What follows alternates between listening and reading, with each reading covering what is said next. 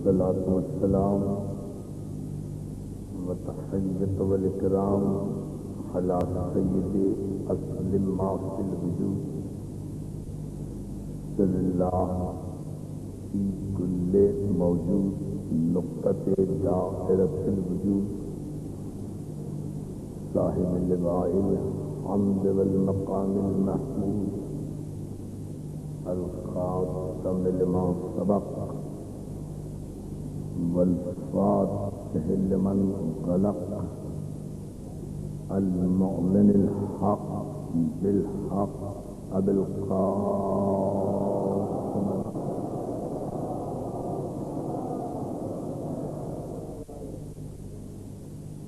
وآله الطيبين الطاهرين المعصومين المنتجبين المظلومين ولعنة الله على أعدائهم أجمعين من يومنا هذا إلى يوم الدين. أما بعد فقد قال سبحانه وتعالى اليوم أكملت لكم دينكم وأتممت عليكم نعمتي ورضيت لكم الإسلام دينا. صلوات.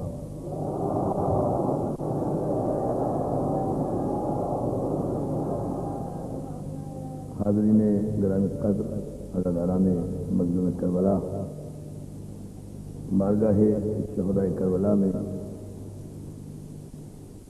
انجمن فدائے اہل بیت کے زیر اہتمام عشر محرم کی یہ ساتویں تقریر بتصدق آل محمد آپ حضرات کی سماعت کے لیے ہدیہ ہے. اسلام غدیر سے کربلا تک کن کن مرحلوں سے گزرتا ہوا پہنچا اور کربلا برپا ہونے کی نوبت کیوں پیش آئی. سید الشہداء کو اپنی ساری کائنات کربلا میں کیوں قربان کرنا پڑی، ان علل و اسباب پر اور ان وجوہات پر ہم حد الوسع ان مجالس میں روشنی ڈالنے کی کوشش کر رہے ہیں، جسے آپ ماشاءاللہ بڑے ذوق ایمانی کے ساتھ شرف سماعت عطا کر رہے ہیں. عزیزان محترم، غدیر وہ منزل ہے کہ جہاں پیغمبر اسلام نے وقت تک کے سارے مسلمانوں کو ایک مقام پر اکٹھا کیا، ایک ایسے میدان میں اکٹھا کیا، ایک ایسے چوراہے پر اکٹھا کیا تاریخی اعتبار سے کہ جہاں سے ہر شہر اور ہر اسلامی ملک کی طرف راستہ جاتا تھا.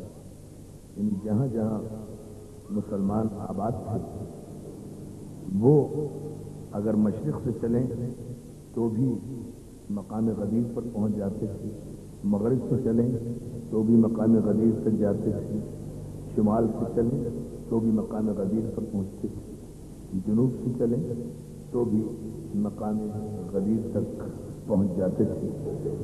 یعنی پروردگار عالم نے جس منزل پر آیے بلغ کا نزول فرمایا وہ منزل وہ ہے کہ جہاں مسلمانوں کے بھٹکنے کا احتمال باقی نہ رہے کوئی یہ نہ کہہ سکے کہ ہم تو چلے تھے مگر راستہ بھٹک گئے، ہمیں پتہ نہیں تھا کہ چشمہ غدیر کہاں ہے، مشرق کی سمت ہے یا مغرب کی سمت ہے، شمال کی طرف ہے یا جنوب کی جانب ہے۔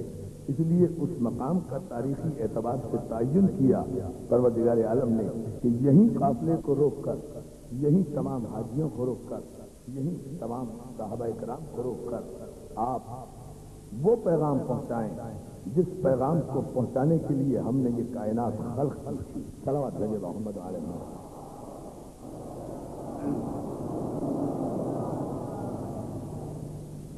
پیغمبر اسلام نے آیے بلغ کی روشنی میں قافلے کو ٹھہرایا، اپنی مرضی سے نہیں ٹھہرایا، نہ کسی صحابی کے علم میں یہ تھا کہ اچانک چلتے چلتے حج سے واپسی پر یوں رکنا پڑے گا۔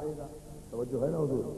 پوری تاریخی ذمہ داری سے یہ ابتدا ذرا سا اپنے نوجوان دوستوں کی نظر کر رہا ہوں کہ نہ پیغمبر اسلام نے اپنی مرضی سے اس قافلے کو ٹھہرایا، علم میں تھا، علم پیغمبر میں سب کچھ تھا جو ہونے والا ہے، لیکن کمال صداقت پیغمبر تو یہی ہے نا کہ جب تک وہ حکم نہ دے دے، جب تک وہ امر نہ کر دے، پیغمبر اس کا اعلان ہی نہیں کرتے، پیغمبر اس عمل کو انجام ہی نہیں دیتے۔ اسی اللہ کے امر کے انتظار کو لوگ سمجھ نہیں پائے، اس لیے کہہ دیا کہ 40 برس تک نبی نہیں تھے، اور ظاہر ہے کہ اب ان لوگوں کو کیا پتا کہ وحی الہی کیا ہوتی ہے، امر ربی کیا ہوتی ہے۔ پیغمبر اسلام اگر 40 برس تک چپ رہے تو وہ نبوت سے علیحدہ چپ نہیں رہے، سارا قرآن ان کے سینے میں تھا، ساری ہدایت ان کے سینے میں تھی، ساری معرفت ان کے سینے میں تھی۔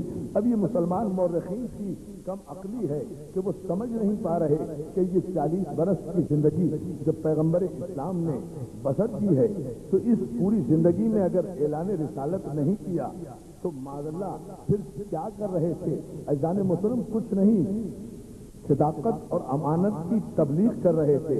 تو اسلام اگر صداقت اور امانت نہیں سکھاتا، اور جس معاشرے میں صداقت و امانت کی تبلیغ کر دی جائے وہاں تو خود بخود اسلام نافذ ہو جاتا ہے، اور جس معاشرے میں اللہ کی ضربیں ماری جاتی رہیں، شریعت کی باتیں کی جاتی رہیں، لا الہ الا اللہ کے کلمے پڑھے جاتے رہیں، لیکن نہ حکمرانوں میں صداقت ہو نہ عوام میں امانت ہو، آپ اسے لاکھ اسلامی معاشرہ کہیں، وہ اللہ اور قرآن کی نظر میں اسلامی معاشرہ نہیں قرار دیا جا سکتا۔ اس لیے کہ صداقت اور امانت پر ایک بڑا ہی اسلامی معاشرے کی بنیاد ہوا کرتی ہے۔ تو یہ 40 برس تک آخر صداقت کا پیغام دیا نا، امانت کا پیغام دیا نا، تو آپ کم از کم جب یہ لکھنے پر آمادہ ہیں اور تیار ہیں کہ صداقت و امانت کا لقب پیغمبر نے کافروں سے لے لیا، اپنے کردار کی بنیاد پر معجزہ دکھائے بغیر، آیت سنائے بغیر، تلوار کے بغیر، دربار کے بغیر، لشکر کے بغیر، بت پرستوں کے مجمع میں پیغمبر اسلام نے اپنی ذات کے لیے صداقت کا خراج بھی وصول کیا، امانت کا خراج بھی وصول کیا، تو پھر کس حیثیت میں وصول کیا؟ حالانکہ یہ یتیم بھی تھا، اس کا کوئی معین بھی نہیں تھا، اس کا کوئی مددگار بھی نہیں تھا سوائے ایک چچا ابو طالب کے، جناب عبد المطلب کے انتقال کے بعد۔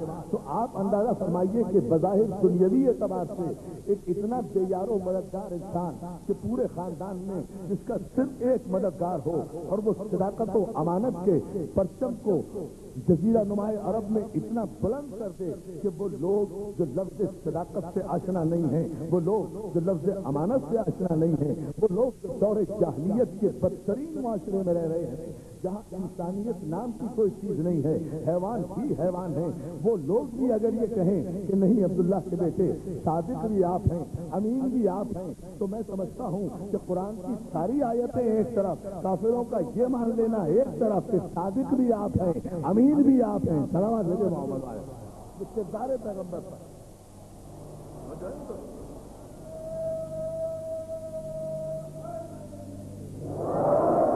یہ کردار پیغمبر اسلام پر اتنی بڑی مہر تصدیق ہے کہ کسی نبی نے 1,24,00,000 پیغمبروں نے اس قدر پذیرائی حاصل نہیں کی اپنی امت یا اپنے عوام کے درمیان۔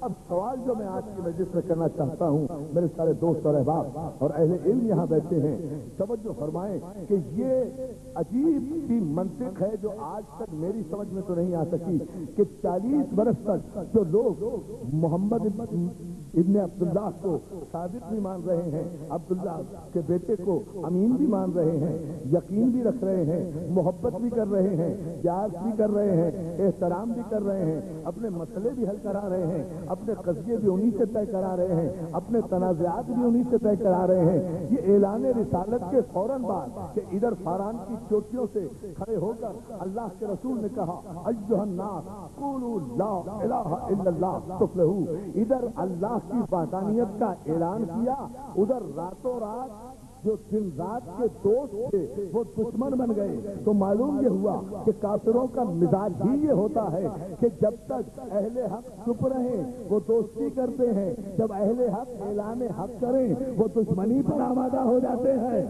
صلوات میرے محمد والے محمد پر۔ یہ معیار ہے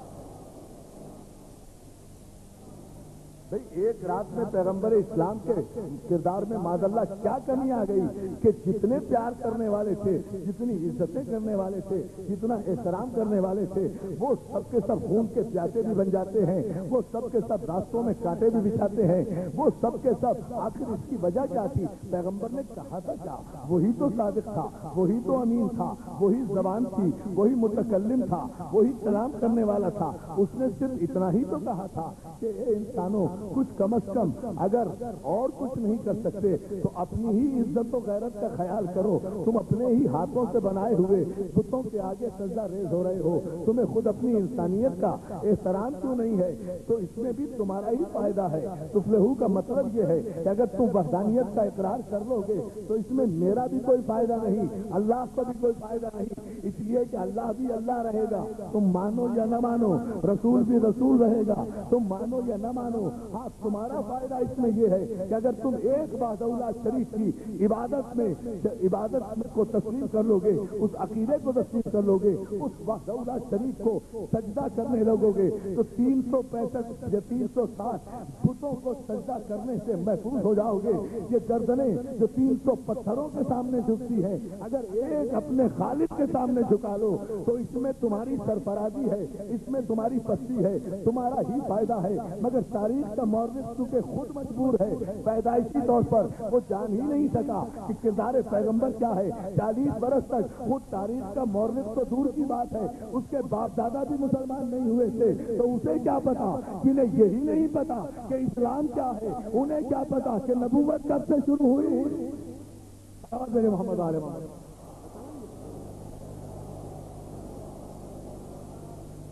بھائی دیکھیں نا جان محترم، اگر اس نقطے اسے ہم علمی طور پر ذرا سا تجزیہ کریں، جتنے بھی یہ مسلمان آئے، جتنے بھی یہ مسلمان ہوئے، یہ سب کے سب مسلمان یقیناً اعلان رسالت کے بعد ہوئے نا، تو واجب الاحترام بھی اسی وقت ہوئے جب مسلمان ہوئے۔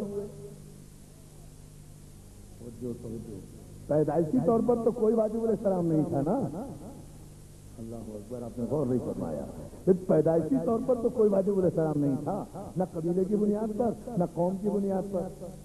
پیدائشی طور پر اگر کوئی ثابت کر دے، یہاں سارے میرے دوست بیٹھے ہوئے میں ان سب سے بسد ادب پوچھنا چاہتا ہوں، ایک کا نام دے دو جو پیدائشی طور پر قابل احترام ہو ذریت ابراہیم کے علاوہ۔ صلوات بھیجے محمد علیہ وسلم پر۔ ذریت ابراہیم کے علاوہ کسی ایک قوم کا نام دے۔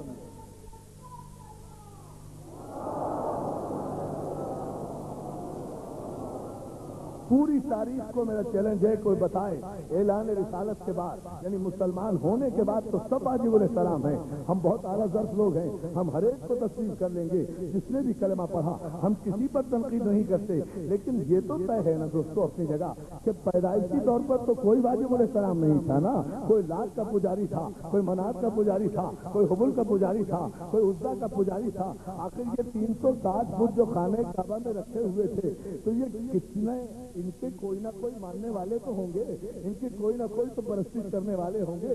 یہ 360 بت جو خانہ کعبہ کی دیواروں پر، طاقوں پر، محرابوں میں ہر جگہ رکھے ہوئے تھے، مسلمہ طور پر مورخین نے لکھا کہ یہ سب کے سب بت علیحدہ علیحدہ تھے، اس لیے کہ عرب میں بغین بینہم کا بڑا رواج تھا جو آج تک چلا آ رہا ہے، جس کو قرآن نے منع بھی کیا ہے عزیزان محترم، کہ عربوں میں آپس کا حسد اتنا زیادہ تھا کہ ایک بت پرست دوسرے بت پرست کی بات نہیں مانتا تھا۔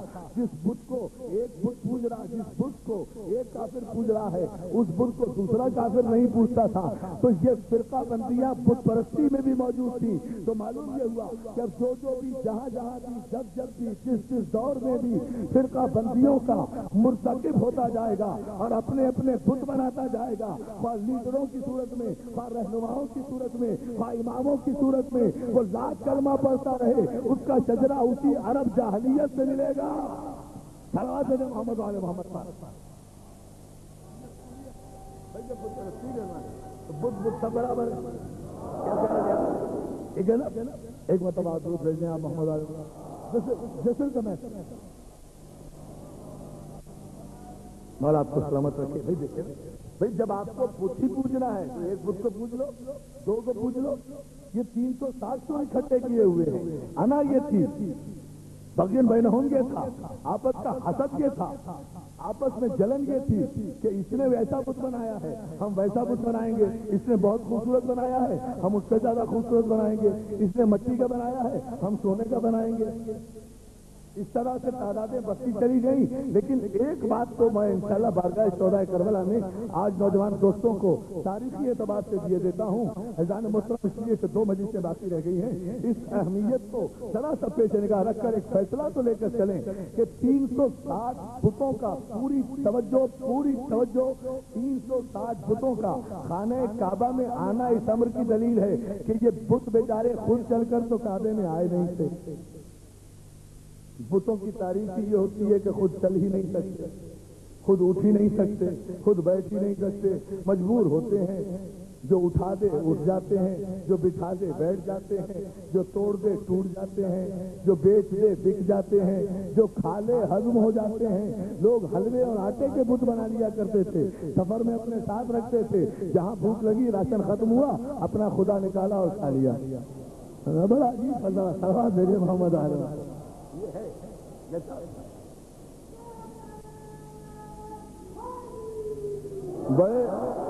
بڑے آرام سے اپنا بت نکالتے تھے، اپنا خدا نکالتے تھے، کھا لیتے تھے، پانی پیتے تھے، چلتے تھے اور پھر کہتے تھے دیکھا ہمارے خدا نے ہضم ہو کر ہمارا پیٹ بھر دیا۔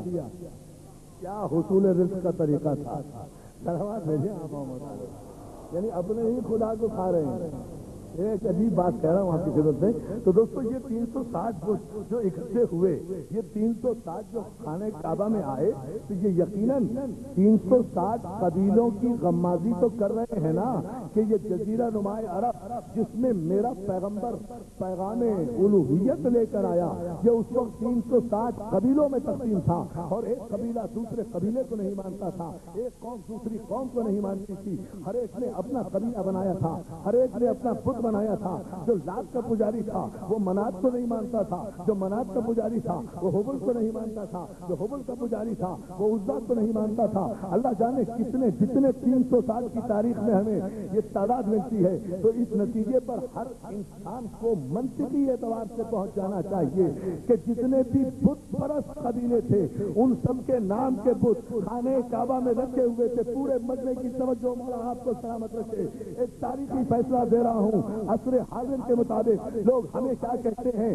ہمیں اس سے بحث نہیں ہے۔ لوگ ہمارے لیے دیواروں پر کیا لکھتے ہیں ہمیں اس سے بحث نہیں ہے۔ ہمارے پاس وقت نہیں ہے کہ ہم جاہلوں کی جہالت کا جواب دیں۔ ہم تو تاریخ سے ایک استدلال لے رہے ہیں اور ایک چیلنج کر رہے ہیں۔ 360 بتوں کا خانہ کعبہ میں موجود ہونا اس امر کی دلیل ہے کہ 360 قبیلے وہاں موجود تھے اور سب کے سب بت پرست تھے، اور پھر جو جتنا بڑا قبیلہ ہوتا تھا اس کا اتنا بڑا بت ہوا کرتا تھا، اتنی ہی بلندی پر رکھا جاتا تھا، اسی کی پرستش اتنی شان سے کی جاتی تھی۔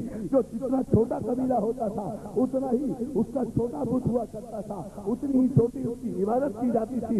یعنی طاقت کو ذریعہ عبادت ضمانت بنایا ہوا تھا. طاقت کی بنیاد پر بتوں کی عزتوں کے تاج قائم کیے جاتے تھے, طاقت کی بنیاد پر. تو طاقت کی بنیاد پر بتوں کی عزتوں کے تاج قائم کرنا رسم مسلمانی نہیں ہے, سنت کافرین ہے.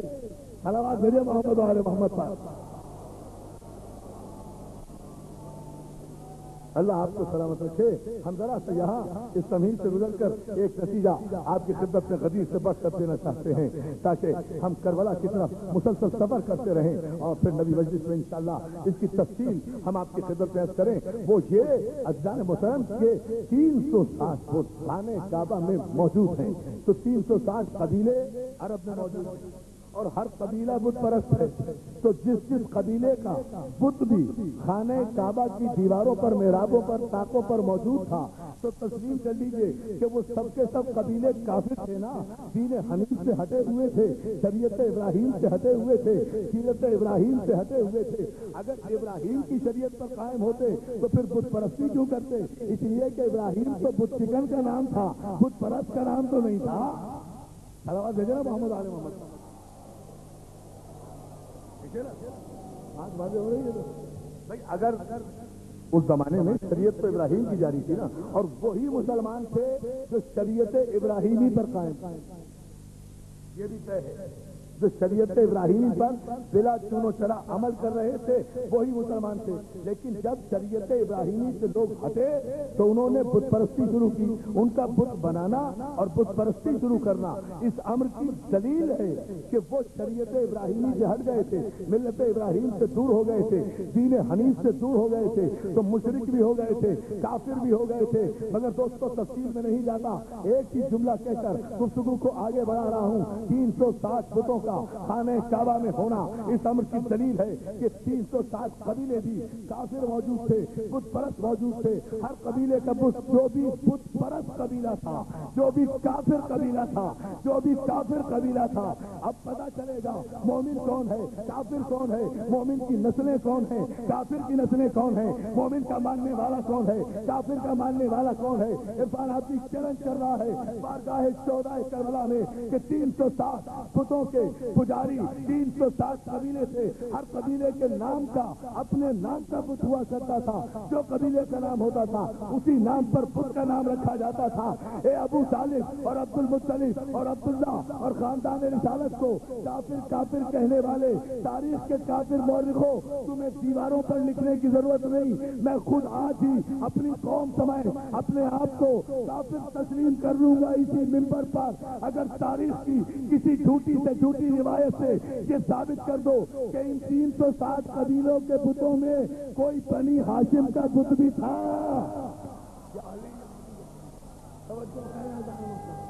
آئیے نا فیصلہ کریں.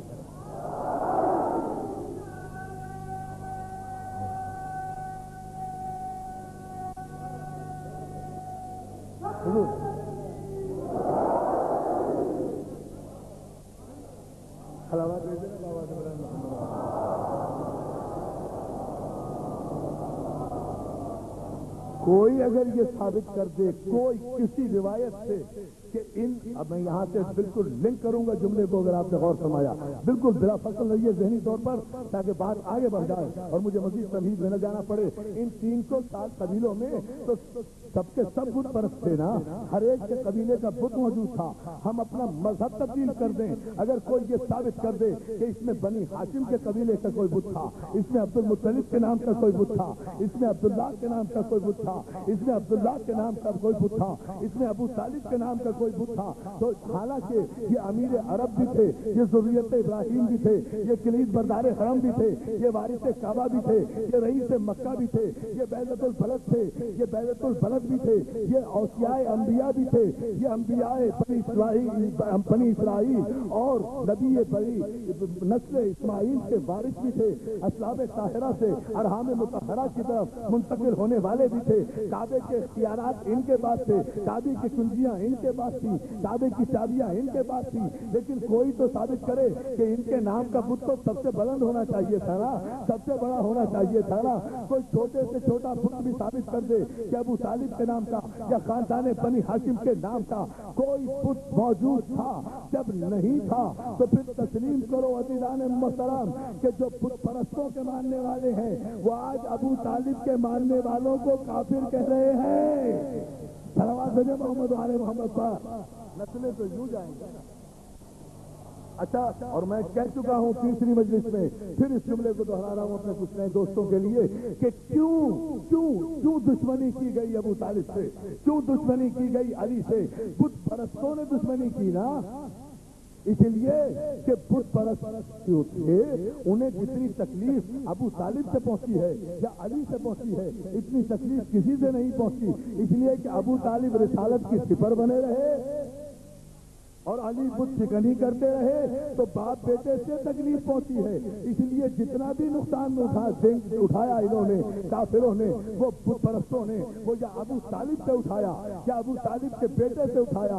ابو طالب کے بیٹے نے ان کے بتوں کو بھی توڑا، ابو طالب نے اپنی زندگی میں رسول تک کافروں کو پہنچنے نہیں دیا، بدن مبارک پیغمبر پر آنچ نہیں آنے دی، کافروں کی ہمتیں ہمیشہ پست رکھی، ایک لمحے کے لیے بھی توحید رسالت ابو طالب نے گوارا نہیں کی۔ تو پھر عزیزان محترم اب آپ کو انتقام کا پتہ چل گیا کہ نسلیں انتقامی طور پر کہاں جوان ہوئی، کس طرح جوان ہوئی۔ جیسے جیسے نسلیں جوان ہوتی رہی ویسے ویسے علی دشمنی جوان ہوتی رہی، علی کی دشمنی جوان ہوتی رہی۔ اسی لیے غدیر خم کے میدان میں پیغمبر اسلام کو اللہ نے آیے بلغ نازل کر کے قیامت تک کے مسلمانوں کے لیے یہ فیصلہ نہیں بلکہ امر مشیت نافذ کرا دیا۔ جب قیامت تک ہم یہ نہیں دیکھیں گے کہ کلمہ کون پڑھ رہا ہے، ہم یہ نہیں دیکھیں گے کہ نمازیں کون پڑھ رہا ہے، ہم یہ نہیں دیکھیں گے کہ قرآن کون پڑھ رہا ہے، ہم تو آج کے بعد یہ دیکھیں گے کہ نبی کو کون مولا مان رہا ہے، علی کو کون مولا مان رہا ہے، اقرار نبوت کون کر رہا ہے، اور اقرار نبوت کے ساتھ اقرار ولایت علی ابن ابی طالب کون کر رہا ہے۔ اور عزیزان محترم پھر مجھے جملہ کہنے دیجیے جو رہ گیا تھا تیسری مجلس میں، وہ جملہ آج مکمل کر رہا ہوں۔ کیا خیال ہے ملت مسلمہ کا کہ جب پیغمبر اسلام نے کہا من کنت مولا ہو فہذا علی مولا، جس کا میں مولا ہوں اس کا یہ علی مولا ہے، تو پھر جیسا نبی مولا ویسا علی مولا، جس طرح کا نبی مولا اس طرح کا علی مولا، جس شام کا نبی مولا اس شام کا علی مولا۔ اب اکثر مانیے من کنت مولا می ربی ہر جا، علی مولا پہی مانا کہ پیغمبر بود مولا۔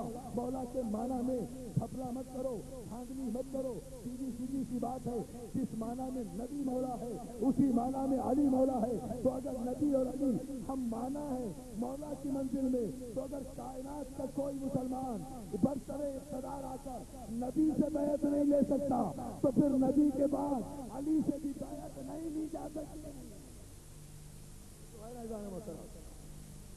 محمد علیہ محمد ہم غدیر سے آگے بڑھ گئے اسی جملے سے، تو پھر میں نتیجہ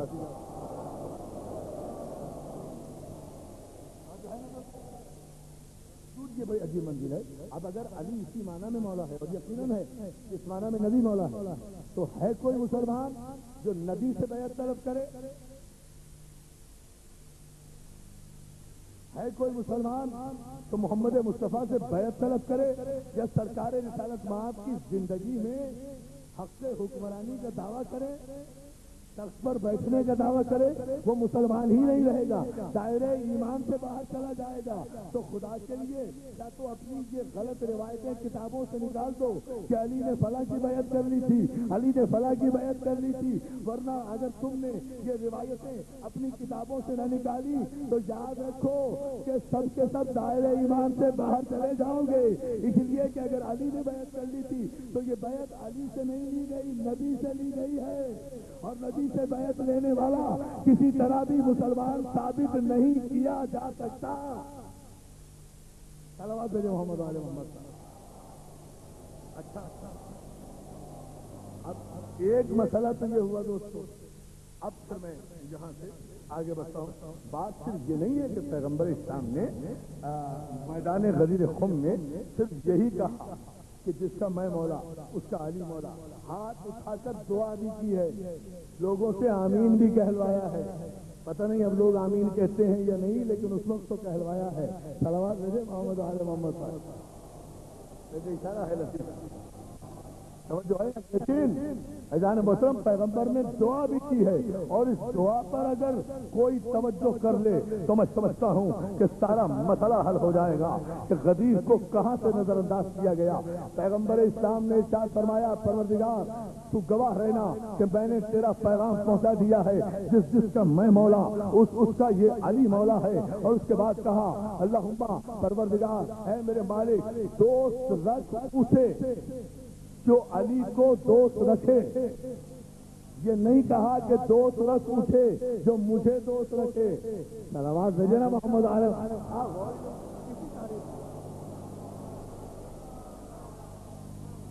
کہیں بتا دیں کسی روایت میں یہ دعا موجود ہو کہ پیغمبر اسلام نے یہ فرمایا ہو کہ پروردگار جو مجھے دوست رکھے اسے بھی تو دوست رکھ. نہیں, اسے تو بھی دوست بنا لے.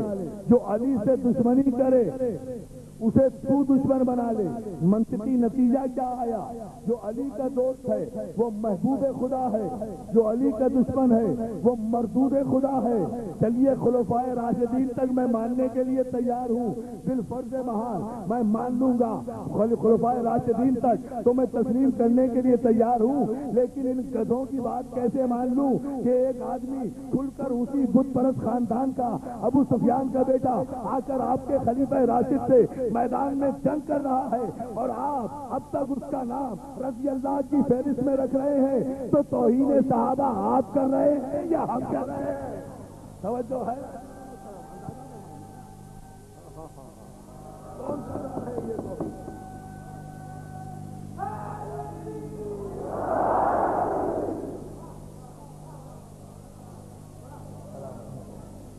الحمدللہ بڑے خوبصورت انداز میں اس میسج کو آپ نے قبول کیا. یہ پورا منطقی نتیجہ ہے ڈاکٹر صاحب. آپ دیکھیے حضور اس پر توجہ کریں کہ یہ ایک عجیب منزل ہے کہ انسان کو, میرے بھائی لیاقت عمران بیٹھے ہیں ماشاءاللہ ریسرچ اسکالر ہیں, پڑھے لکھے ہیں, مولا کے ذاکر ہیں, خطیب ہیں, میرے چھوٹے بھائیوں کی طرح ہیں. ڈاکٹر ہلال صاحب یہاں بیٹھے ہیں, ہمارے جج صاحب یہاں تشریف رکھتے ہیں, سارے اہل علم حضرات یہاں بیٹھے ہیں. ان سب کی موجودگی میں عرض کر رہا ہوں کہ اس نتیجے کو ذرا دیکھنا تو چاہیے, غور تو کرنا چاہیے کہ پیغمبر اسلام نے دعا کیا کی تھی. پروردگار دو چیزیں ہیں دوستو. پروردگار اسے دوست رکھنا جو علی کو دوست رکھے. یہ تدبر پیغمبر ہے, یہ بصیرت رسالت ہے. یہ نہیں کہا جو مجھے دوست رکھے اسے دوست رکھنا, ورنہ سارے ہی کے سارے یہ کہتے کہ ہم تو رکھتے ہی پیغمبر کو دوست ہیں, ہم تو رکھتے ہی پیغمبر کو دوست ہیں. پیغمبر نے بتا دیا کہ عزت اور ذلت کا پیمانہ مومن اور منافق کا پیمانہ, مومن اور کافر کا پیمانہ نہ لا الہ الا اللہ ہے نہ محمد رسول اللہ ہے. علی ولی اللہ کی کسوٹی پر آ کر پتا چلے گا کہ محبوب خدا کون ہے اور مردود خدا کون ہے. اب آپ مجھے بتائیے, میں خلفائے راشدین کے چیپٹر کو چھوڑتا ہوں, اس بحث میں نہیں جاتا. اتحاد بین المسلمین کے لارجر انٹرسٹ میں میں تو تاریخ کے مورخوں سے اور ان انجمنوں سے پوچھنا چاہتا ہوں جو دیواریں کالی کیے دے رہے ہیں اپنے دل کی سیاہی سے, کافر کیسے کیسے. ارے دو باتوں میں سے ایک بات کا آج فیصلہ کرو, یا تو علی کو خلیفہ راشد سے باہر نکالو یا اپنے والے کو خلفائے راشدین میں شامل کرو. ان دونوں کے علاوہ اگر تم یہ قیامت تک نہیں کر سکتے, کر ہی نہیں سکتے, جب اللہ کی نبوت خاتم النبیین کے بغیر مکمل نہیں ہوتی تو تمہاری خلافت راشدہ علی ولی اللہ کے بغیر مکمل کیسے ہو جائے گی؟ کیا نہیں سکتے.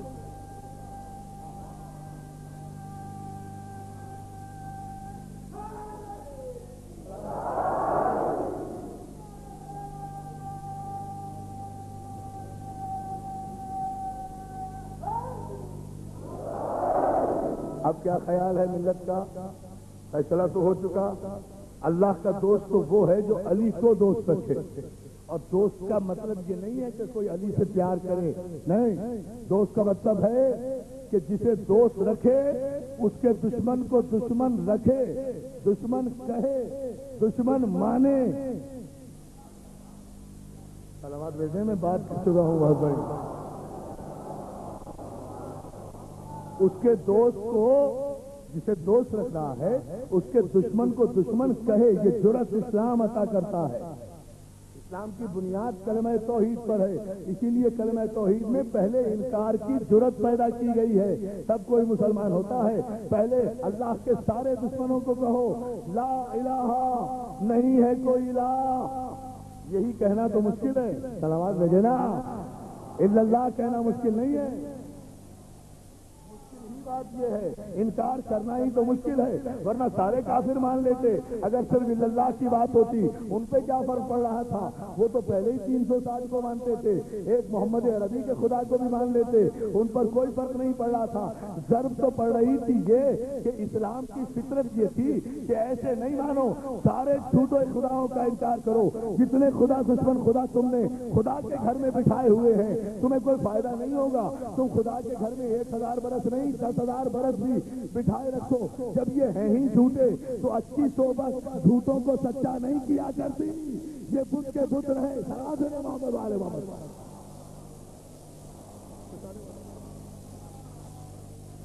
نہیں آپ نے غور نہیں کیا، 1 برس تو نہیں رہے، 2 برس تو نہیں رہے، اور جو ہے نا سینکڑوں برس رہے ہیں، سینکڑوں برس یہ بت خانے کعبہ کے اندر رہے، لیکن جب علی نے نکال کر پھینکے تو بت بت تھے، کعبہ کعبہ تھا۔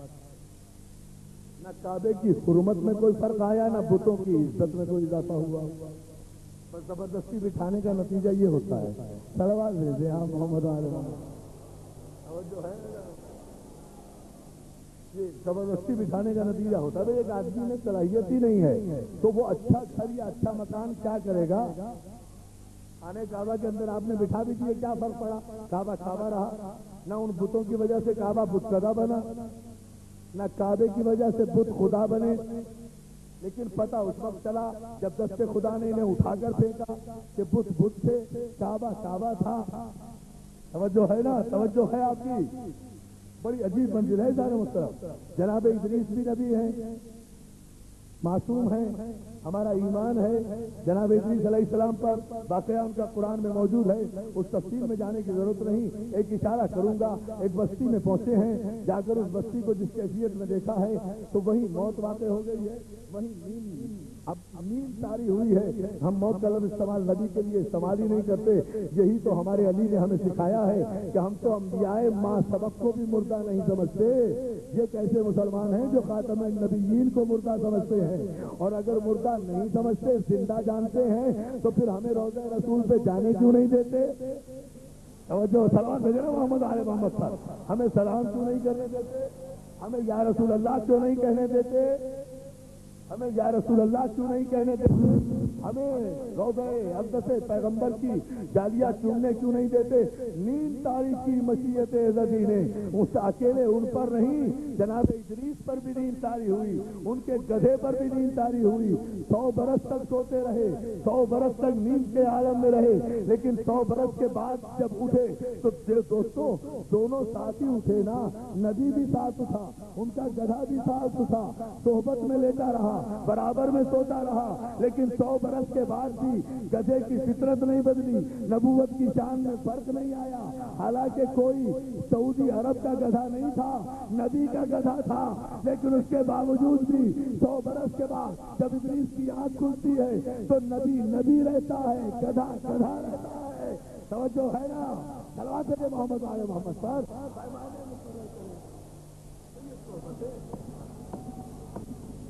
سے پہلے کوئی علی نہیں تھا، اس لیے دنیا چاہنے کے باوجود بھی علی میں کوئی خامی نہیں نکال سکتی، اس لیے کہ علی نام کا علی نہیں تھا، علی کام کا بھی علی تھا، علی کا نام بھی علی تھا، علی کا کام بھی علی، علی کا پیغام بھی علی، علی کا مقام بھی علی، علی کی جائے ولادت بھی علی، علی کی جائے شہادت بھی علی، علی کا خاندان بھی علی، علی کا حسب بھی علی، علی کا نسب بھی علی، علی کا عدم بھی علی، علی کا وجود بھی علی، علی کا نور بھی علی، علی کا ظہور ظہور بھی علی، علی کا ابراہیم بھی علی، علی کا اسماعیل بھی علی، علی کا عبد مناف بھی علی، علی کا ہاشم بھی علی، علی کا عبد المطلب بھی علی، علی کا عبداللہ بھی علی، علی کا ابو طالب بھی علی، علی کا فاطمہ بنت اسد بھی علی، علی کی خدیجۃ الکبریٰ بھی علی، علی کی نماز بھی علی، علی کا قیام بھی علی، علی کا قعود بھی علی، علی کا سجدہ بھی علی، علی کی آغوش تربیت بھی علی، علی کا بچپن بھی علی، علی کا لڑکپن بھی علی،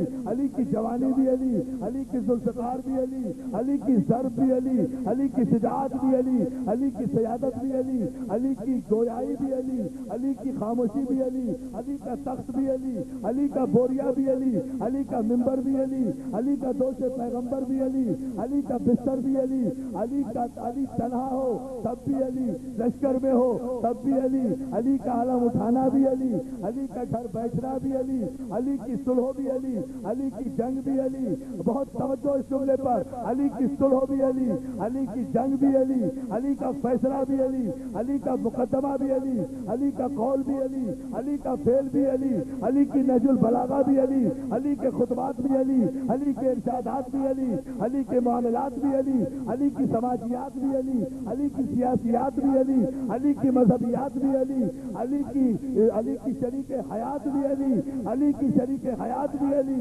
علی کا حسن بھی علی، علی کا حسین بھی علی، علی کی زینب بھی علی، علی کی کلثوم بھی علی، اور ساری کائنات میں پہلا اور آخری انسان ہے میرا علی، کہ جس علی کا نبی بھی علی، علی کا خدا بھی علی۔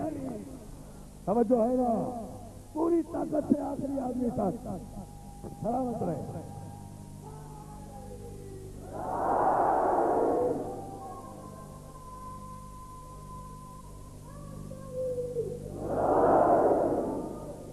مل کر صلوات بھیجیں گے محمد والے محمد۔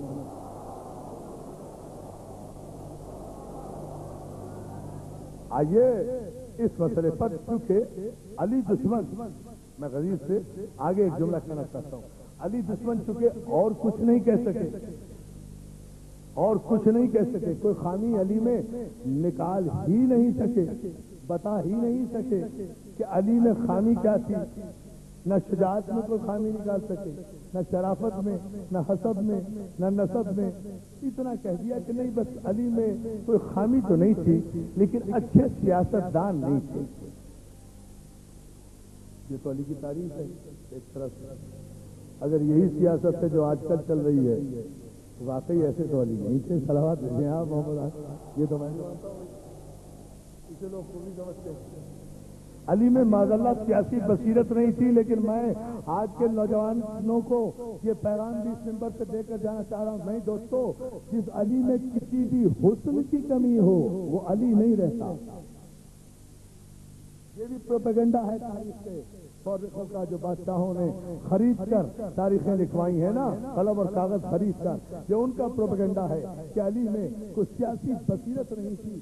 ہاں سیاسی بصیرت فلاں میں زیادہ تھی، علی کے دشمن میں زیادہ تھی۔ ارے کیا خاص سیاسی بصیرت تھی؟ یہ جو فیصلہ ہوا ہے بعد پیغمبر، یہ صفین میں جو فیصلہ ہوا، یہ جمل میں جو فیصلہ ہوا، یہ جہاں جہاں جو فیصلے ہوئے، یہ علی کی سیاسی تدبر اور سیاسی بصیرت کی منہ بولتی تصویر ہے۔ کون کہتا ہے کہ علی میں سیاسی بصیرت نہیں تھی؟ علی تو مرتے مرتے ضربت کھانے کے بعد حالت سجدہ میں تاریخ کے مورخ کا قلم بھی توڑ گئے، منہ بھی بند کر گئے۔ خبردار یہ نہ کہنا کہ علی میں سیاسی بصیرت نہیں تھی۔ ادھر ضرب لگی، ادھر علی نے کہا خود برب الکعبہ، رب کعبہ کی قسم میں کامیاب جا رہا ہوں، میں کامیاب جا رہا ہوں۔ یہ علی کا اعلان تھا۔ سیاسی اعتبار سے ایک شام کے محل میں بیٹھ کر میرے قتل کا منصوبہ بنانے والے ابو سفیان کے بیٹے، تو سمجھتا ہے کہ مجھے راستے سے ہٹا کر تو اپنی سیاست میں کامیاب ہو کر خلفائے راشدین میں شامل ہو جائے گا؟ خدا کی قسم میں مر کر بھی تیرا یہ مقصد پورا نہیں ہونے دوں گا۔ سارے مسلمان مل کر بھی تجھے خلفائے راشدین میں شامل نہیں کر سکتے، مجھے نکال نہیں سکتے۔ اب بتاؤ سیاسی بصیرت کون؟ توجہ ہے نا مسئلہ؟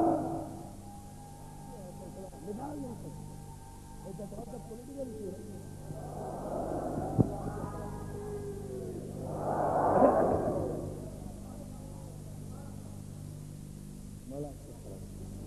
صلوات بھیجے محمد والے۔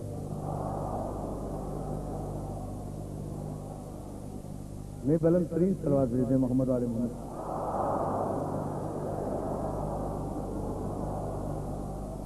بھائی باد غدیر پیغمبر اسلام کے حکم اور وصیت کے خلاف، میں کل اس کی وضاحت کروں گا، پیغمبر اسلام کے حکم اور ان کی وصیت کے خلاف باد پیغمبر سلسلہ سیاست گرتا گرتا اپنی گراوٹ کی اس منزل پر بھی آیا نا. معاویہ کو آخر حکومتوں نے اتنا مضبوط تو کر دیا یا اتنا باغی تو کر دیا کہ وہ مرکز کے خلاف اطاعت کرنے کے بجائے بغاوت پر آمادہ ہو جائے. تو پھر اب جب یہ صورتحال ہے تو اب یہ پاکستان ہو یا ہندوستان، یہ سیاستدان چلاتے کیوں ہیں بھائی، یہ سوچتے کیوں نہیں ہیں؟ اب اگر کوئی صوبائی سربراہ کسی مرکز کے خلاف بغاوت کرے تو آپ پریشان کیوں ہوتے ہیں؟ جس بات کی آپ تائید کرتے رہے اسے خطائے اجتہادی کے پردے میں چھپاتے رہے. تو مرکز کے خلاف پہلے منتخب جمہوری خلیفہ راشد کی مرکزی وفاقی حکومت کے خلاف بغیر کسی وجہ اور جواز کے لشکر کشی کرنے والے کو جب آپ آج تک رضی اللہ کہتے چلے آ رہے ہیں تو یہ سیرت تو پھر چلی جائے گی نا. ہر صوبائی سربراہ پر پرزے نکال کر مرکز کو غیر مستحکم کرنے کی کوشش کرے گا، اور جہاں کہیں بھی صوبے مرکز سے لڑتے ہوئے نظر آئے سمجھ لو کہ سیرت اسی کی چلی آ رہی ہے. اگر منزل اول پر مرکز کے ہاتھ مضبوط کر کے علی کے ہاتھ مضبوط کر کے علی کا حکم مان کر اس صوبے کے باغی کو پہلی منزل پر ہی ختم کر دیا جاتا تو نہ مرکز میں اطمینان آتا، نہ اسلام میں اضطراب پیدا ہوتا. فتنے کی کوشش اگر کرتی جاتی تو کربلا ہو ہی نہیں سکتی تھی. صلوات محمد والے محمد. یہ ہے دوستو کہ نہیں، آپ نے اس وقت خطائے اجتہادی کے پردوں میں چھپایا. آپ کے اسکالرس، آپ کے پڑھے لکھے لوگوں نے، ہمیں تعجب ہوتا ہے، ہم کیا کریں کہ یہ تاریخ کا مضمون ہے. اور ظاہر ہے کہ جب ہم غدیر سے کربلا کی طرف جا رہے ہیں تو ہمیں ان تلخ حقائق کی طرف ضرور احتیاط کے ساتھ متوجہ ہونا پڑے گا. یہ ہماری مجبوری ہے، ورنہ ہم اپنے عنوان سے انصاف نہیں کر سکیں گے، نوجوان نسل کو صحیح پیغام نہیں دے سکیں گے. ارے علی نے، توجہ دوستو، علی گئے تھے کہیں خلافت لینے،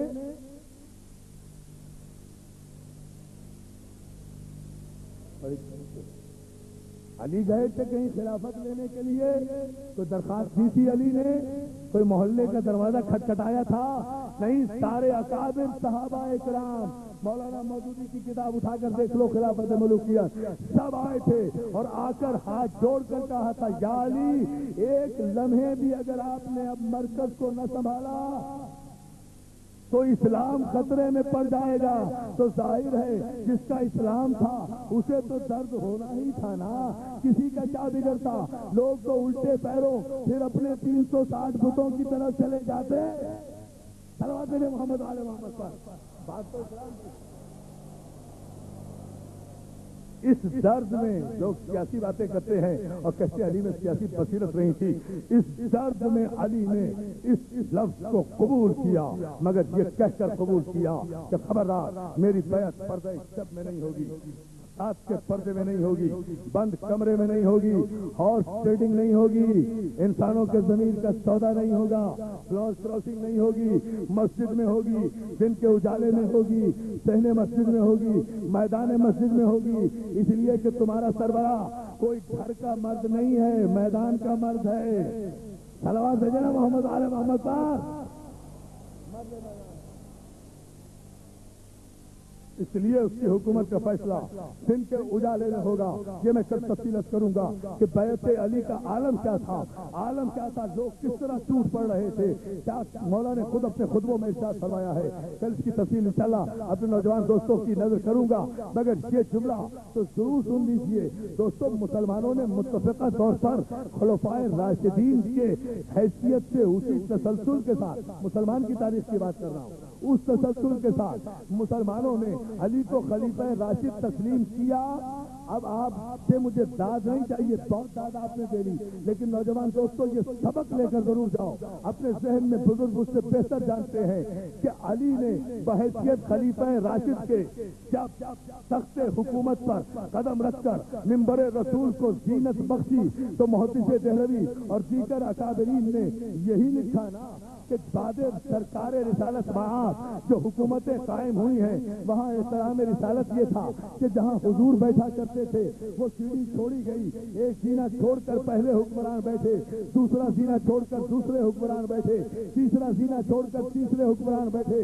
تو روایت کے مطابق علی کو چوتھے سینے پر آ جانا چاہیے تھا، مگر سب نے لکھا کہ جب علی ظاہری تخت حکومت پر آئے پہلے سینے پر قدم رکھا، دوسرے سینے پر قدم رکھا، تیسرے سینے پر قدم رکھا، چوتھے سینے پر قدم رکھا، وہاں جا کر بیٹھے جہاں رسول بیٹھا کرتے تھے اور بیٹھ کر کہا تو خدا کا شکر کرو، تم خدا کا شکر کرو کہ نہ جان حق کو اعلیٰ مکہ نہیں کہ آج حق اپنے مرکز پر واپس آ گیا۔ دونوں ہاتھ بلند کر کے آخری آدمی کا حیدری مولا سلامت رکھے یا علی مدد کہنے والوں کو اتنی ہی بلند صلوات کروں گا کہ اس منزل پر ایک جملے پر آپ توجہ فرما لیں کہ علی پہنچے اور پہنچنے کے بعد علی نے کہا کہ خدا کا شکر کرو کہ حق اپنے مرکز پر، آپ میری طرح متوجہ رہے نا دوستو، میں تقریر کا آخری جملہ دے رہا ہوں، خدا کا شکر کرو کہ حق اپنے مرکز پر آ گیا، حق اپنے مرکز پر آ گیا، حق اپنے مرکز پر آیا۔ کسی اعتراض کرنے والے نے اعتراض کیا یا علی آپ نے تو سیرت و سنت بھی بدل دی، اس سے پہلے تو ایسا نہیں تھا، آپ تو وہاں جا کر بیٹھے ہیں جہاں رسول جا کر بیٹھا کرتے ہیں۔ تو پہلی مرتبہ جبریل ولایت پر چکن آئی ہے اور سوال کرنے والے سے کہا ہے ارے یہ تو لکڑی کا ممبر ہے، یہ پاؤں تو وہ ہیں جو مہر نبوت کو ممبر بنا چکے۔ صلوات بھیجیں محمد آل محمد۔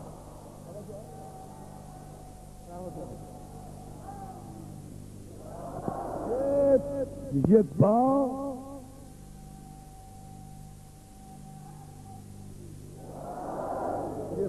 تو وہ ہیں جو مہر نبوت کو منبر بنا چکے ہیں۔ تو عزیزان محترم غور کرے ملت مسلمہ اس امر پر کہ جسے آپ خلیفہ راشد مانتے ہیں وہ اگر علی کے مقابلے پر اگر کوئی خلیفہ راشد کے مقابلے پر آئے تو پھر آپ کے عقل کا اور آپ کے عدل کا تقاضا کیا ہونا چاہیے تھا؟ تقاضا یہی ہونا چاہیے تھا نا عزیزان محترم کہ جو علی کا دشمن تھا اسے آپ دشمن رکھتے۔ آپ تجویزیں دے رہے ہیں کہ یہ نشان انہیں بھی عطا کر دیا جائے، کیونکہ بحری بیڑا بنایا تھا، نشان حیدر کی طرح نشان عطا کر دیا جائے۔ ارے بھائی عطا کر دو، ہمیں کوئی تکلیف نہیں ہوگی، آپ چاہے نشان معاویہ دے دیں یا نشان یزید دے دیں، ہمیں کوئی تکلیف نہیں ہوگی، مگر ہماری مسلح بہادر پاک افواج کو کم از کم ایسا نشان سینے پہ لگانا کہ کم از کم سپاہی کو یہ نشان سینے پر لگاتے ہوئے شرمندگی تو نہ ہو۔ توجہ ہے نا جان محترم؟ صلوات بھیجنا محمد آل محمد۔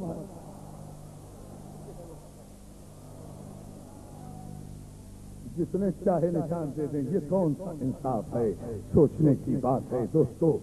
یہ وہ ہے کہ ان کے لیے اتنا ہی کہہ دینا کافی ہے کہ یہ یزید کے بھی باپ تھے،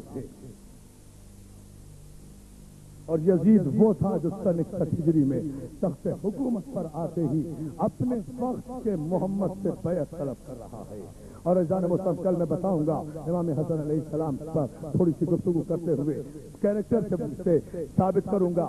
باپ سے بھی الجھا نہیں، نانا سے بھی الجھا، باپ سے بھی الجھا، بیٹے سے بھی الجھا، پھر بھی عزت دار۔ لیکن دوستو کربلا کو ہمارا سلام کہ کربلا نے حق و باطل میں حد فاصل قائم کر دی۔ آج محرم کی 7 تاریخ ہے، آپ کو تو آج کے دن کا پتہ ہے، آج کا دن تو بڑی قیامت کا دن ہے نا۔ آج سے آل محمد کے بچوں پہ پانی بند ہو رہا ہے۔ میں جب دروازے میں داخل ہوا، اللہ سلامت رکھے ہمارے بچوں نے دودھ کی سبیلیں لگائی ہوئی ہیں، مگر آج سے فاطمہ زہرا کے بچوں پر پانی بند ہو رہا ہے. یہ پانی بند کرنے کی روایت بھی معاویہ کے زمانے سے شروع ہوئی ہے, یہ یزید کے زمانے سے شروع نہیں ہوئی. اور یہ یزید نے تو تجدید کی ہے, اسی سنت پہ عمل کیا ہے جو باپ سکھا گیا تھا. آج سے اہل بیت رسول کے بچوں پر عزاداروں پانی بند ہو رہا ہے. اعلیٰ تاش کی صدائیں بلند ہو رہی ہیں. مگر مجھے ایک جملہ کہنے دیں, خیام اہل بیت میں بعض روایتوں کے مطابق 44 چھوٹے چھوٹے بچے ہیں جو پیاسے ہیں, مگر 44 بچوں کی آوازیں آ رہی ہیں, اعلیٰ تاش اعلیٰ تاش اعلیٰ تاش. مگر ان بچوں میں بھی اتنا شعور ہے, مجھے تو کسی مقتل میں نظر نہیں آیا کہ کسی بچے نے ماں سے پانی مانگا ہو, کسی بچے نے باپ سے پانی مانگا ہو, کسی بچے نے حسین سے پانی مانگا ہو, کسی بچے نے علی اکبر سے پانی مانگا ہو. جس بچے نے بھی پیاس کی شکایت کی ہے اس نے عباس سے کی ہے, عباس سے کی ہے, چچا پانی, ماموں پانی. ہر ایک بچہ سمجھتا تھا, جزاک اللہ, ہر ایک بچہ سمجھتا تھا کہ پانی پلائے گا تو غازی پلا سکتا ہے, علمدار لشکر پلا سکتا ہے. آج کی شب تمام رات ہماری انجمنیں, ہمارے ماتمی نوجوان ایک مہندی اٹھائیں گے, اس مہندی پر شمع ہوگی, ایک رات کے بیاہے کی یاد منائیں گے. میں اس کنٹروورسی میں نہیں جاتا روایت کی کہ کربلا میں شادی ہوئی تھی یا نہ ہوئی تھی.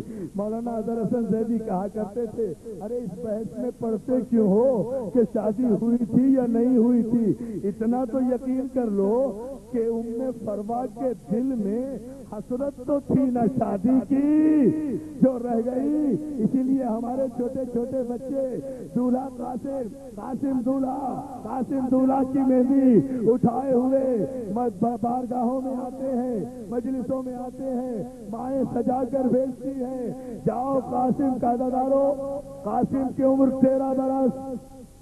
اب سنتے رہیں, دامن وقت سے گنجائش نہیں. قاسم کی عمر 13 برس, نازک اتنا کہ حسین نے حسن کی شہادت کے بعد کبھی قاسم کو موٹا کپڑا نہیں پہنایا, ہمیشہ باریک لباس پہنایا, اس لیے کہ بڑا پھول سا جسم تھا, بڑا شہزادوں والا جسم تھا قاسم کا. ارے آپ نے سن لیا یہ جملہ؟ عزاداروں میں تو مکمل مصائب پڑھ گیا ہوں, آپ نے غور نہیں کیا. قاسم اتنا نازک بدن کا عزاداروں کہ حسین نے زندگی میں کبھی موٹا کپڑا نہیں پہنایا. کبھی اگر موٹا کرتا پہن لیتے تھے قاسم تو بدن پہ چھالے پڑ جاتے تھے, اس لیے ہمیشہ باریک کپڑا. آپ نہیں سن رہے, بدن پہ چھالے پڑ جاتے تھے اس لیے کہ موٹا کپڑا قاسم کا بدن برداشت نہیں کر سکتا تھا. میرے ماں باپ قربان, ارے جس بدن پر موٹا کپڑا بھی کرا گزرتا ہو, اللہ جانے گھوڑے سے گرتے ہی جب اس قاسم کی لاش پر 500 گھوڑے ایک ساتھ دوڑا دیے گئے. جزاک اللہ کیے جاؤ ماتمدارو اسی طرح سے. مولا تمہیں سلامت رکھے, مولا تمہیں کوئی غم نہ دے سوائے غم حسین کے.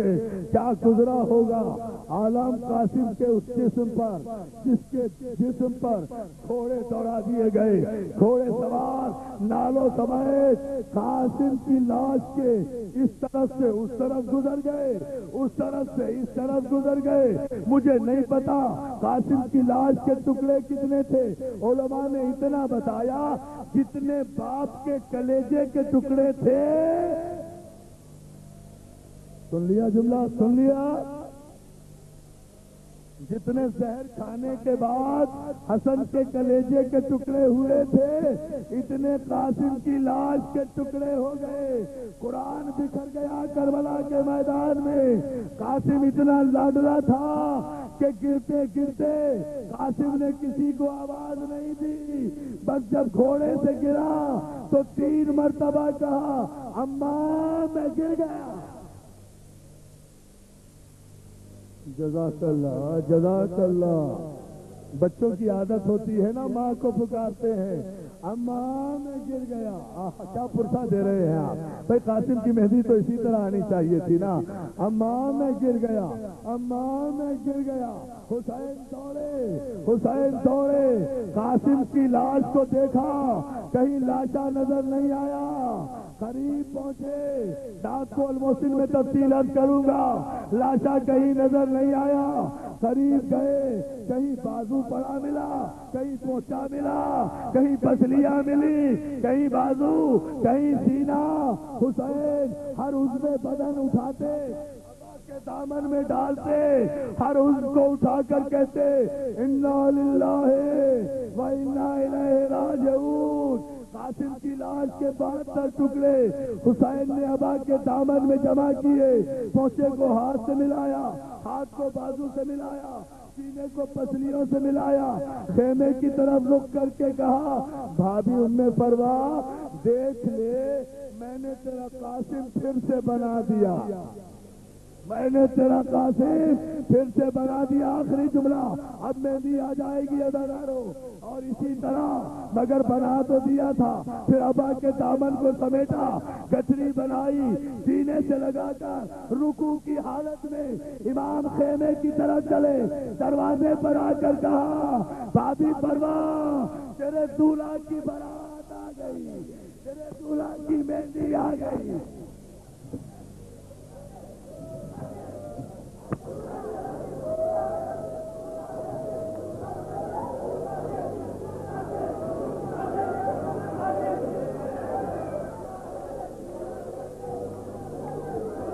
انجمن تبلیغ امامیہ سے درخواست ہے کہ فرش پہ آ کے نوخانی سے نظری کریں.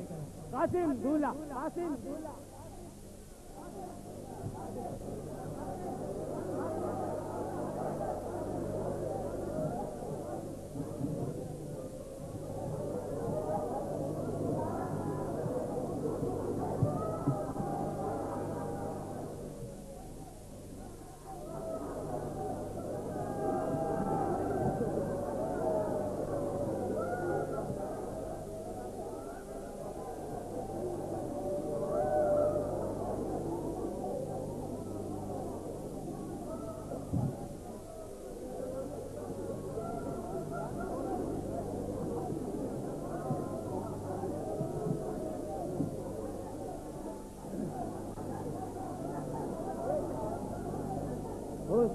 حسین ابن علی کا تیرا ہے حسین.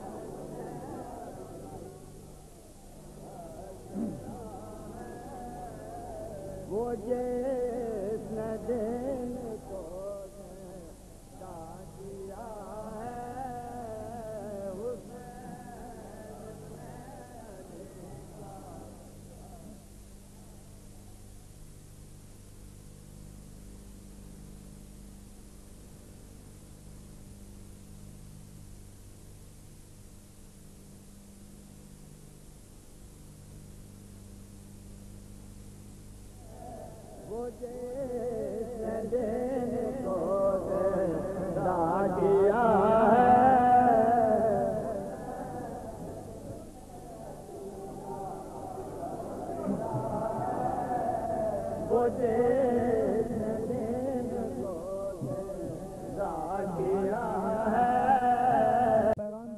سے دے کر جانا چاہ رہا ہوں میں دوستو، جس علی میں کسی بھی حسن کی کمی ہو وہ علی نہیں رہتا.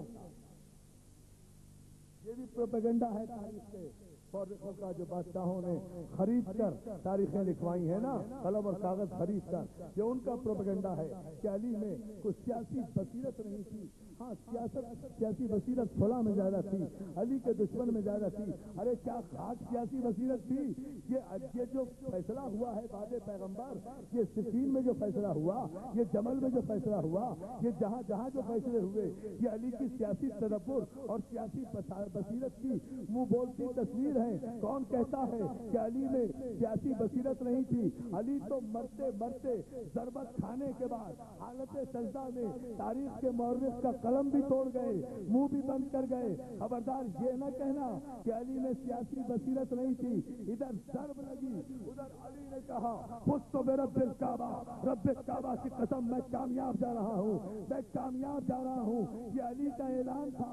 سیاسی اعتبار سے ایک شام کے محل میں بیٹھ کر میرے قتل کا منصوبہ بنانے والے ابو سفیان کے بیٹے, تو سمجھتا ہے کہ مجھے راستے سے ہٹا کر تو اپنی سیاست میں کامیاب ہو کر خلفائے راشدین میں شامل ہو جائے گا؟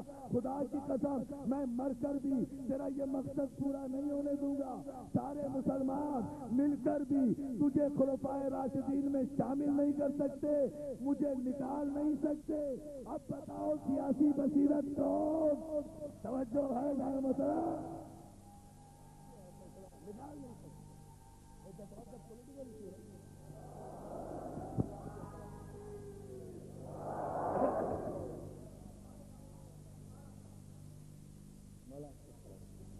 صلوات بھیجے محمد والے.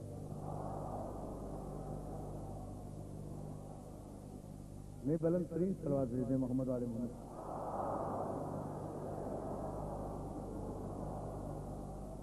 بھائی باد غدیر پیغمبر اسلام کے حکم اور وصیت کے خلاف, میں کل اس کی وضاحت کروں گا, پیغمبر اسلام کے حکم اور ان کی وصیت کے خلاف باد پیغمبر سلسلہ سیاست گرتا گرتا اپنی گراوٹ کی اس منزل پر بھی آیا نا.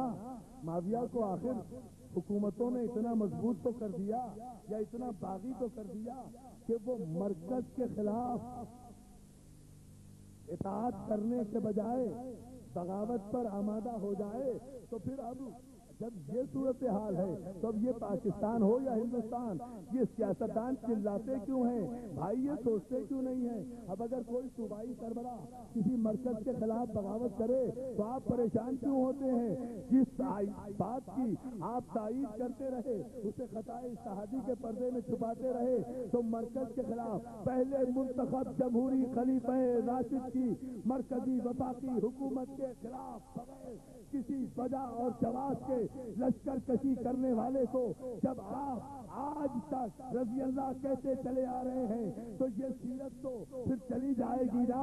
ہر صوبائی سربراہ پر پرزے نکال کر مرکز کو غیر مستحکم کرنے کی کوشش کرے گا, اور جہاں کہیں بھی صوبے مرکز سے لڑتے ہوئے نظر آئے سمجھ لو کہ سیرت اسی کی چلی آ رہی ہے. اگر منزل اول پر مرکز کے ہاتھ مضبوط کر کے, علی کے ہاتھ مضبوط کر کے, علی کا حکم مان کر اس صوبے کے باغی کو پہلی منزل پر ہی ختم کر دیا جاتا تو نہ مرکز میں اضمحلال آتا, نہ اسلام میں اضطراب پیدا ہوتا. فتنے کی کوشش اگر کاٹتی جاتی تو کربلا ہو ہی نہیں سکتی تھی. صلوات ہے محمد والے محمد. یہ ہے کہ نہیں, آپ نے اس وقت خطائے اجتہادی کے پردوں میں چھپایا. آپ کے اسکالرس نے, آپ کے پڑھے لکھے لوگوں نے, ہمیں تعجب ہوتا ہے, ہم کیا کریں کہ یہ تاریخ کا مضمون ہے. اور ظاہر ہے کہ جب ہم غدیر سے کربلا کی طرف جا رہے ہیں تو ہمیں ان تلخ حقائق کی طرف ضرور احتیاط کے ساتھ متوجہ ہونا پڑے گا. یہ ہماری مجبوری ہے, ورنہ ہم اپنے عنوان سے انصاف نہیں کر سکیں گے, نوجوان نسل کو صحیح پیغام نہیں دے سکیں گے. ارے علی نے, توجہ دوستو, علی گئے تھے کہیں خلافت لینے,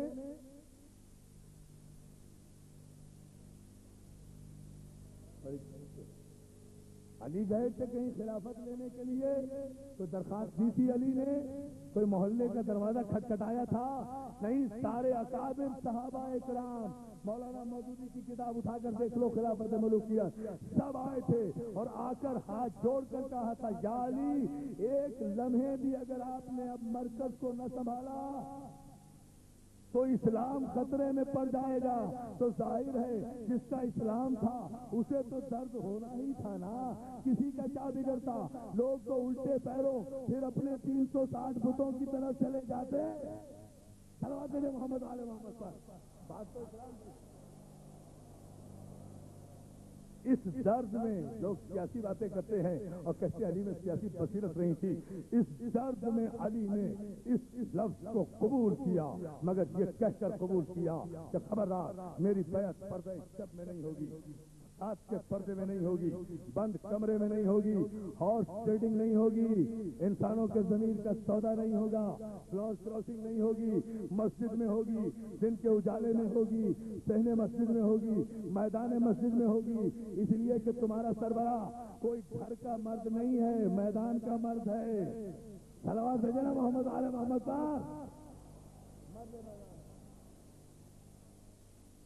اس لیے اس کی حکومت کا فیصلہ دن کے اجالے میں ہوگا۔ یہ میں کل تفصیل کروں گا کہ بیعت علی کا عالم کیا تھا، عالم کیا تھا، لوگ کس طرح ٹوٹ پڑ رہے تھے، کیا مولا نے خود اپنے خطبوں میں ارشاد فرمایا ہے۔ کل اس کی تفصیل انشاءاللہ اپنے نوجوان دوستوں کی نظر کروں گا، مگر یہ جملہ تو ضرور سن لیجیے دوستوں۔ مسلمانوں نے متفقہ طور پر خلفائے راشدین کے حیثیت سے اسی تسلسل کے ساتھ، مسلمان کی تاریخ کی بات کر رہا ہوں، اس تسلسل کے ساتھ مسلمانوں نے علی کو خلیفہ راشد تسلیم کیا۔ اب آپ سے مجھے داد نہیں چاہیے، بہت داد آپ نے دے لی، لیکن نوجوان دوستوں یہ سبق لے کر ضرور جاؤ اپنے ذہن میں۔ بزرگ اس سے بہتر جانتے ہیں کہ علی نے بحیثیت خلیفہ راشد کے جب تخت حکومت پر قدم رکھ کر منبر رسول کو زینت بخشی تو محدث دہلوی اور دیگر اکابرین نے یہی لکھا نا کہ بعد سرکار رسالت معاف جو حکومتیں قائم ہوئی ہیں وہاں احترام رسالت یہ تھا کہ جہاں حضور بیٹھا کرتے تھے وہ سیڑھی چھوڑی گئی، ایک سینہ چھوڑ کر پہلے حکمران بیٹھے، دوسرا سینہ چھوڑ کر دوسرے حکمران بیٹھے، تیسرا سینہ چھوڑ کر تیسرے حکمران بیٹھے۔ تو روایت کے مطابق علی کو چوتھے سینے پر آ جانا چاہیے تھا، مگر سب نے لکھا کہ جب علی ظاہری تخت حکومت پر آئے پہلے سینے پر قدم رکھا، دوسرے سینے پر قدم رکھا، تیسرے سینے پر قدم رکھا، چوتھے سینے پر قدم رکھا، وہاں جا کر بیٹھے جہاں رسول بیٹھا کرتے تھے اور بیٹھ کر کہا تو خدا کا شکر کرو، تم خدا کا شکر کرو کہ نہ جان حق کو اعلیٰ مکہ نہیں کہ آج حق اپنے مرکز پر واپس آ گیا۔ دونوں ہاتھ بلند کر کے آخری آدمی کا حیدری مولا سلامت رکھے یا علی مدد کہنے والوں کو اتنی ہی بلند صلوات کروں گا کہ اس منزل پر ایک جملے پر آپ توجہ فرما لیں کہ علی پہنچے اور پہنچنے کے بعد علی نے کہا کہ خدا کا شکر کرو کہ حق اپنے مرکز پر، آپ میری طرف متوجہ رہے نا دوستو، میں تقریر کا آخری جملہ دے رہا ہوں، خدا کا شکر کرو کہ حق اپنے مرکز پر آ گیا، حق اپنے مرکز پر آ گیا، حق اپنے مرکز پر آیا۔ کسی اعتراض کرنے والے نے اعتراض کیا یا علی آپ نے تو سیرت و سنت ہی بدل دی، اس سے پہلے تو ایسا نہیں تھا، آپ تو وہاں جا کر بیٹھے ہیں جہاں رسول جا کر بیٹھا کرتے ہیں۔ تو پہلی مرتبہ جبریل ولایت پر چکن آئی ہے اور سوال کرنے والے سے کہا ہے ارے یہ تو لکڑی کا ممبر ہے، یہ پاؤں تو وہ ہیں جو مہر نبوت کو ممبر بنا چکے۔ صلوات بھیجنا محمد آل محمد۔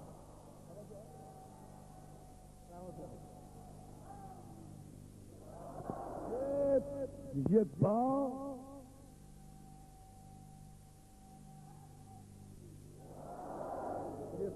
تو وہ ہیں جو مہر نبوت کو منبر بنا چکے ہیں۔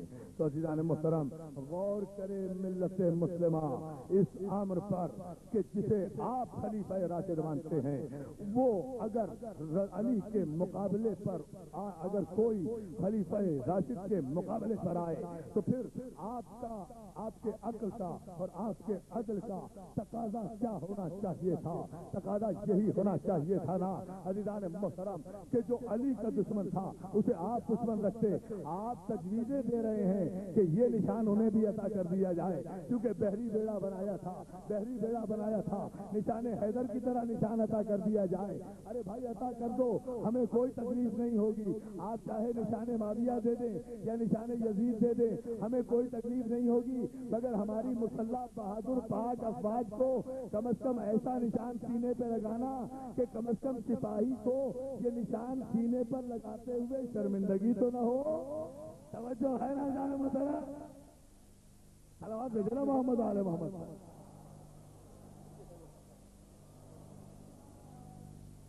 جس نے چاہے نشان دے دیں، یہ کون سا انصاف ہے؟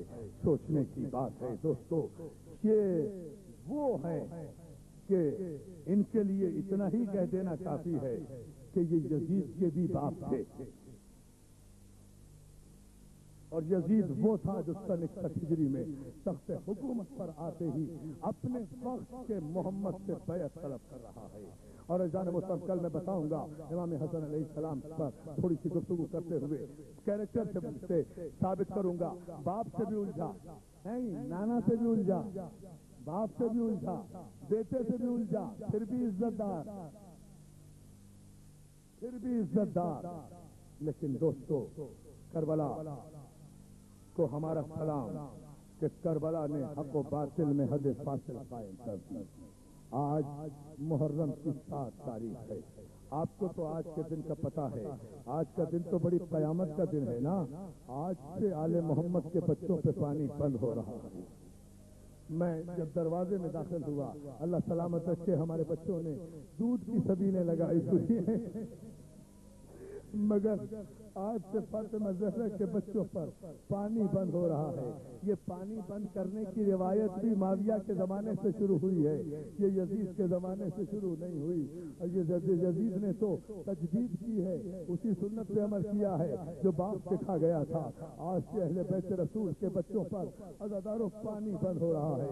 اعلیٰ تاج کی صدائیں بلند ہو رہی ہیں، مگر مجھے ایک جملہ کہنے دیں، خیام اہل بیت میں بعض روایتوں کے مطابق 44 چھوٹے چھوٹے بچے ہیں جو پیاسے ہیں، مگر 44 بچوں کی آوازیں آ رہی ہیں، اعلیٰ تاج اعلیٰ تاج اعلیٰ تاج، مگر ان بچوں میں بھی اتنا شعور ہے۔ مجھے تو کسی مقتل میں نظر نہیں آیا کہ کسی بچے نے ماں سے پانی مانگا ہو، کسی بچے نے باپ سے پانی مانگا ہو، کسی بچے نے حسین سے پانی مانگا ہو، کسی بچے نے علی اکبر سے پانی مانگا ہو۔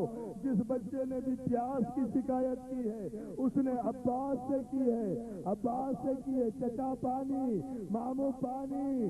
ہر ایک بچہ سمجھتا تھا، جزاک اللہ، ہر ایک بچہ سمجھتا تھا کہ پانی پلائے گا تو غازی پلا سکتا ہے، علمدار لشکر پلا سکتا ہے۔ آج کی شب تمام رات ہماری انجمنیں، ہمارے ماتمی نوجوان ایک مہندی اٹھائیں گے، اس مہندی پر شمع ہوگی،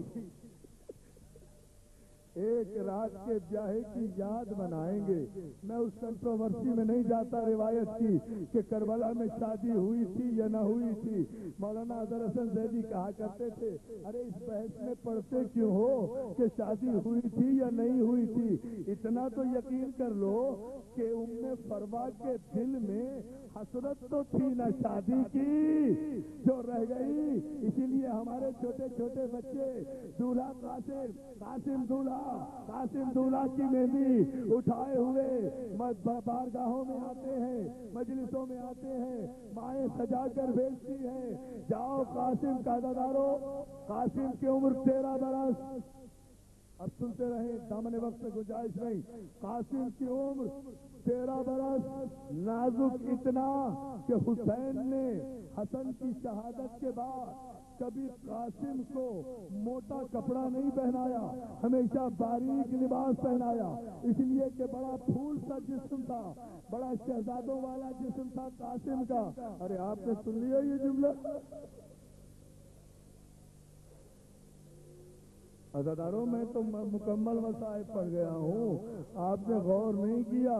قاسم اتنا نازک بدن تھا عزاداروں کہ حسین نے زندگی میں کبھی موٹا کپڑا نہیں پہنایا، کبھی اگر موٹا کرتا پہن لیتے تھے قاسم تو بدن پہ چھالے پڑ جاتے تھے، اس لیے ہمیشہ باریک کپڑا، آپ نہیں سن رہے، بدن پہ چھالے پڑ جاتے تھے، اس لیے کہ موٹا کپڑا قاسم کا بدن برداشت نہیں کر سکتا تھا۔ میرے ماں باپ قربان، ارے جس بدن پر موٹا کپڑا بھی گرا گزرتا ہو، اللہ جانے گھوڑے سے گرتے ہی جب اس قاسم کی لاش پر 500 گھوڑے ایک ساتھ دوڑا دیے گئے، جزاک اللہ کیے جاؤ ماتم عزادارو اسی طرح سے، مولا تمہیں سلامت رکھے۔ مولا تمہیں کوئی غم نہ دے سوائے غم حسین کے. کیا گزرا ہوگا عالم قاسم کے اس جسم پر جس کے جسم پر گھوڑے دوڑا دیے گئے, گھوڑے سوار نالوں سمیت قاسم کی لاش کے اس طرف سے اس طرف گزر گئے, اس طرف سے اس طرف گزر گئے. مجھے نہیں پتا قاسم کی لاش کے ٹکڑے کتنے تھے. علماء نے اتنا بتایا جتنے باپ کے کلیجے کے ٹکڑے تھے. سن لیا جملہ, سن لیا. جتنے زہر کھانے کے بعد حسن کے کلیجے کے ٹکڑے ہوئے تھے اتنے قاسم کی لاش کے ٹکڑے ہو گئے. قرآن بکھر گیا کربلا کے میدان میں. قاسم اتنا لاڈلا تھا کہ گرتے گرتے قاسم نے کسی کو آواز نہیں دی, بس جب گھوڑے سے گرا تو 3 مرتبہ کہا اماں میں گر گیا. جزاک اللہ, جزاک اللہ. بچوں کی عادت ہوتی ہے نا, ماں کو پکارتے ہیں اماں میں گر گیا. کیا پرسا دے رہے ہیں آپ بھائی. قاسم کی مہندی تو اسی طرح آنی چاہیے تھی نا. اماں میں گر گیا, اماں میں گر گیا. حسین دوڑے, حسین دوڑے. قاسم کی لاش کو دیکھا, کہیں لاشا نظر نہیں آیا. قریب پہنچے, ڈاک کو الموسن میں تفصیل عرض کروں گا. لاشا کہیں نظر نہیں آیا. قریب گئے, کہیں بازو پڑا ملا, کہیں پوچھا ملا, کہیں پسلیاں ملی, کہیں بازو, کہیں سینہ.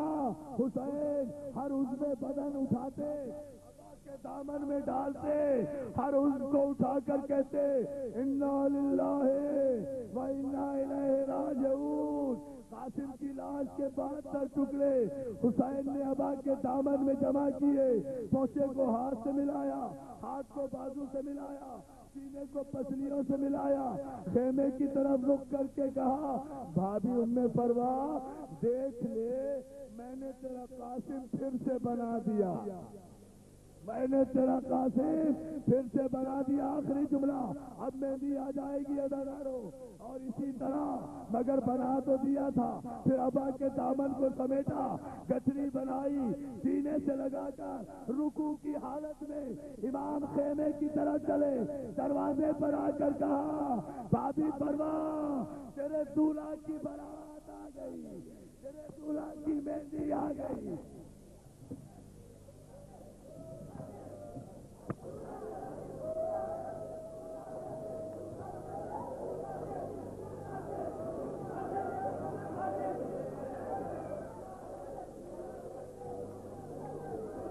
انجمن تبلیغ امامیہ سے درخواست ہے کہ فرش پہ آ کے نوخانی سے نظری کریں. قاسم دولہا, قاسم دولہا.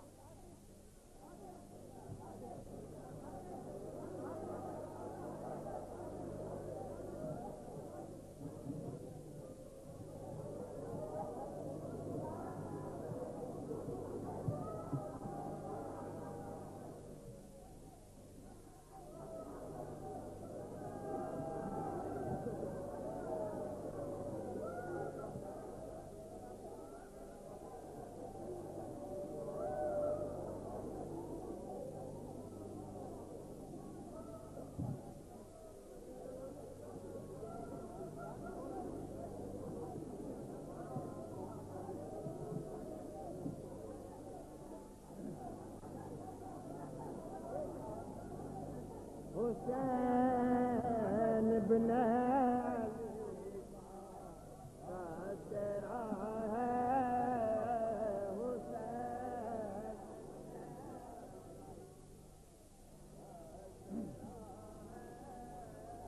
وہ جس نے دن کو دیا ہے حسین.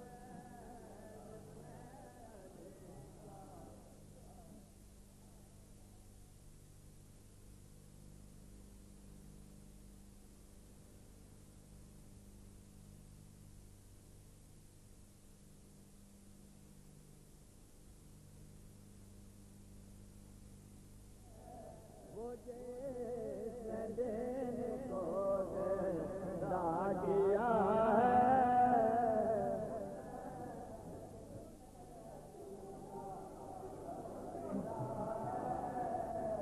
مجھے